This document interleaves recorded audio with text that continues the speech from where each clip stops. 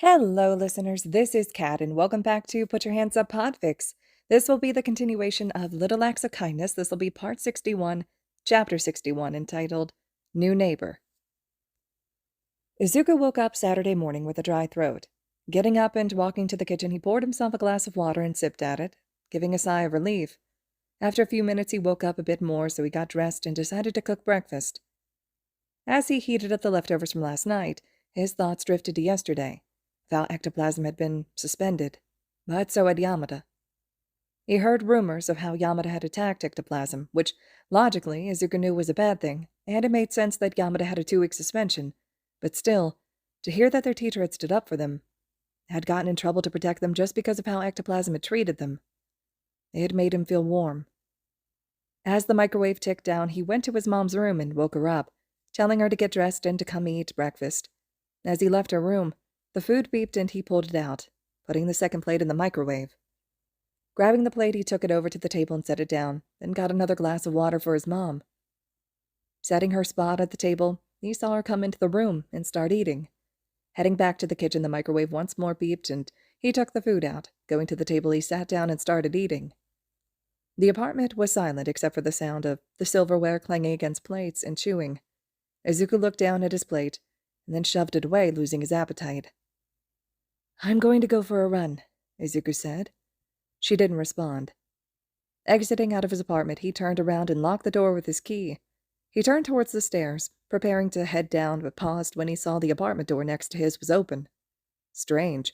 He didn't have any neighbors on either side. He used to, but they moved out years ago and no one ever rented the apartment. Hearing a banging sound, he looked and saw a couple people carrying a couch up the stairs. "Shit, be careful, Minato," one of them said. "Sorry, but you know I hate going backwards up the stairs." Yeah, stop complaining. We take turns for a reason." Minato grumbled. "I still think it's stupid we can't use our quirks for our jobs." "Go right ahead if you want to take the risk of being arrested. I'm not stopping you," the other guy said. "Now shut up, or it'll be your pay that suffers."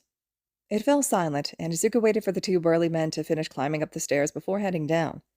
Once he was down, he started his run. He arrived at Dagoba Beach with a light sweat. Looking around the beach, he scowled a bit, and seeing that there was a smattering of trash already building up. Plastics and cups from where people left their things from spending time at the beach. Huffing, he went down and started picking up the trash, putting it in the bins. After he finished, a couple hours had passed, so he started to return to the apartment. Soon he was within sight of it, and then his eye spotted a giant dog. It stood almost a meter tall. The gray-furred dog barked and trotted over to him, tail wagging happily.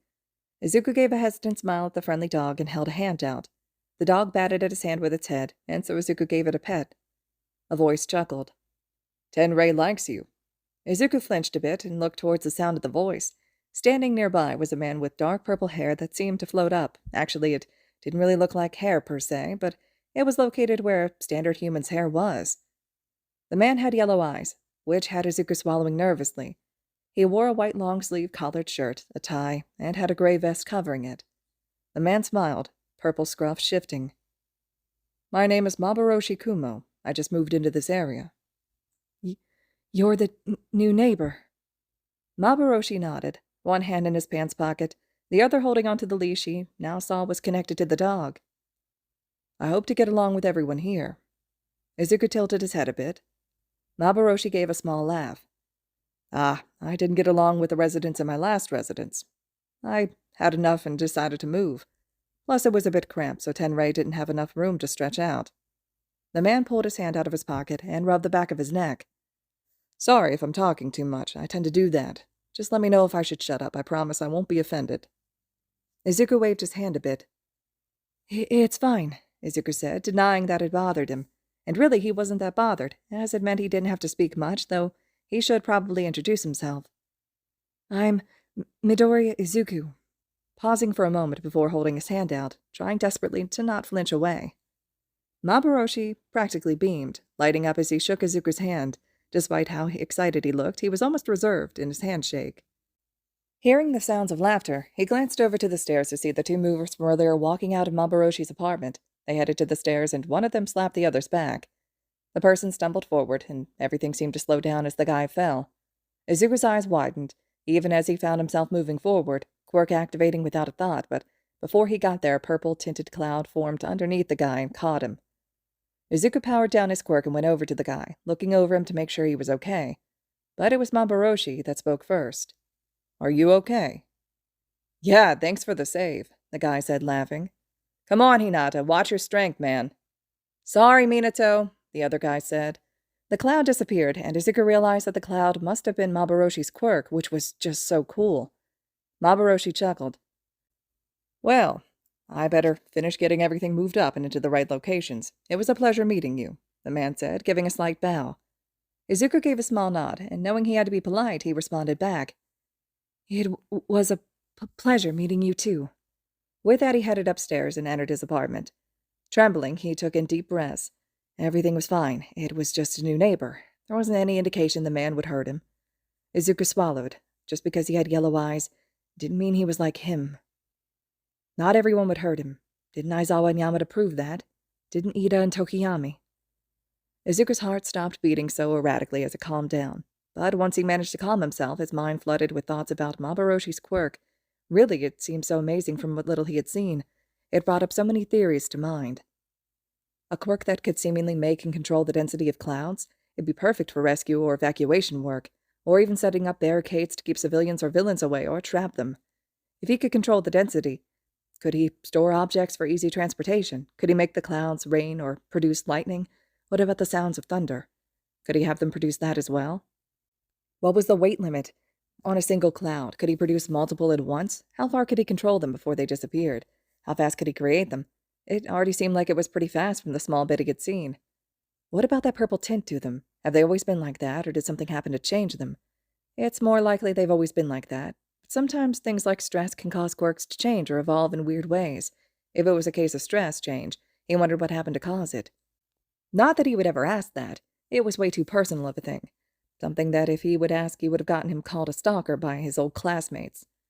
Depending on the weight limit, why didn't he just move everything himself? Though Izuku supposed Maboroshi just didn't want to break the law, though clearly he didn't care if someone else was at risk. Though he hoped the man wasn't a vigilante. If he was, Izuku would be duty-bound to report him, and then his new neighbor would get mad at him. Shaking his head, his mind immediately went back to thinking about the quirk. Like, what is the largest size cloud Maboroshi could make before he started to get to the limits of his quirk? The cloud clearly stopped that guy's fall, but did it always do that? Like, if there was a different density, would it stop the fall, or would the object or person just slow down? Did the quirk have a time limit? Like, if he continuously used it throughout the day, would it get weaker? Remain the same? Get stronger like Bakugo's? If the longer he used it, did it weaken? Could an object he could stop at the beginning of using his quirk be unstopped by the end after he started getting tired? How far could someone fall onto his cloud without getting hurt? Like if someone fell wrong onto the water, it would still hurt, so was it the same for clouds?